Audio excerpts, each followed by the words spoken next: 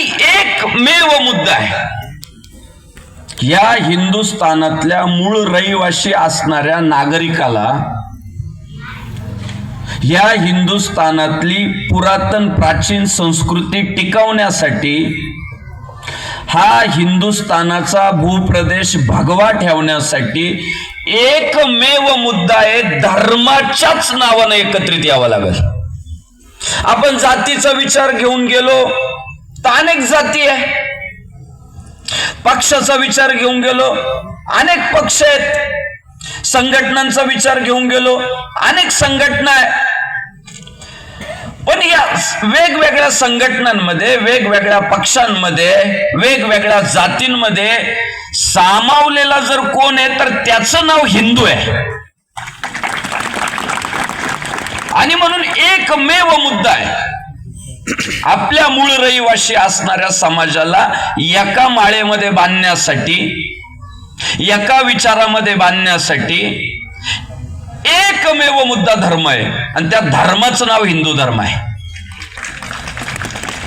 धर्मो रक्षती रक्षिता, त्याचा अर्थच असा आहे की तुम्ही धर्माचं रक्षण करा, धर्म तुम्हाला वाऱ्यावर सोडणार नाही. मला एक येडा म्हटला, यतीन भाऊ मला म्हटला आपण त्याचं रक्षण करायचं आणि मग तो आपलं रक्षण करणार, हे कोणतं गणित आहे म्हटलं. असं कसं गणित, ज्याचं रक्षण आपल्याला करावं लागतं तो काय आपलं रक्षण करणार. त्याला म्हटलं तुला उदाहरण सांगतो. माझे दोन मित्र होते, म्हटलं दोघांची घर जुनी झाली होती. एक मित्र थोडा शहाणा होता, दूरदृष्टीचा होता, विचार करणारा होता, पुढचं बघायचा. त्याने बाळा बंद कर रे, मे महिन्यामध्ये तो छतावर चढला आणि ते पत्र्यांना जे होल पडलेले होते, फुटलेले होते, चिरा पडलेल्या होत्या, त्या सगळ्या त्याने झाकायला सुरुवात केली, बंद करायला सुरुवात केली. आणि दुसरा मित्र खालून म्हणाला काय करतोय. तो म्हटला काय नाही, हे पत्र्याला जरा छिद्र पडले ते जरा लिपतोय, घराची देखभाल घेतोय. तो म्हटला अरे कशासाठी.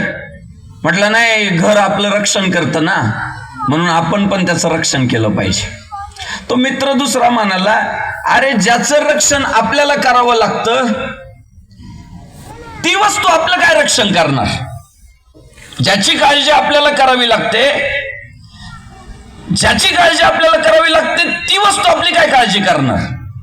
तो म्हटलं कळल तुला नंतर.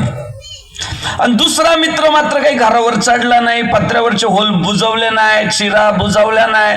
म्हटलं हे काय गरज नाही, भांबावलेला होता, धुंदीत होता, मस्तीत होता. झाला मे महिना संपला आणि जून महिना सुरू झाला. आणि जून मध्ये जेव्हा पहिला पाऊस पडायला सुरुवात झाली तेव्हा ज्या मित्रानं मे महिन्यातच पत्र्याचे छिद्र लिपलेले होते, पत्र्याला पडलेल्या भेगा बुजवलेल्या होत्या, तो मित्र मस्त चालू पावसामध्ये भजे तळून खात होता. आणि दुसरा जो म्हणत होता आपण रक्षण करायचं आणि मग तो आपलं रक्षण करील आणि मग तो आपल्याला साथ देईल, हे म्हटलं काही गरज नाही.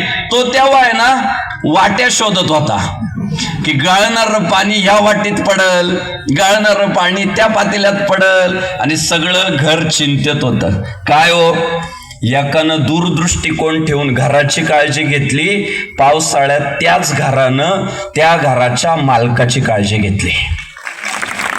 धर्मो रक्षती रक्षिता, तुम्ही धर्माचं रक्षण करा, धर्म तुम्हाला कधीही वाऱ्यावर सोडत नाही. हे गणितच आहे. आणि म्हणून आपण बघा, जेवढे म्हणून कोण महापुरुष या मातीत झाले की ज्यांच्या आज आपण आरत्या करतो, ज्यांच्या आपण पूजा करतो, ज्यांना आपण मानतो, त्या सगळ्यांचं जर कार्य कशासाठी आहे तर फक्त धर्मासाठी आहे. आपण भगवान श्रीरामांची पूजा करतो, कशासाठी जन्माला आले? संपत्ती कमावण्यासाठी आले? सत्ता भोगण्यासाठी आले? नाही. धर्म रक्षावया अवतार घेसी आपुल्या पाळीसी भक्त जाना. देवाचा अवतार सुद्धा धर्माच्याच रक्षणासाठी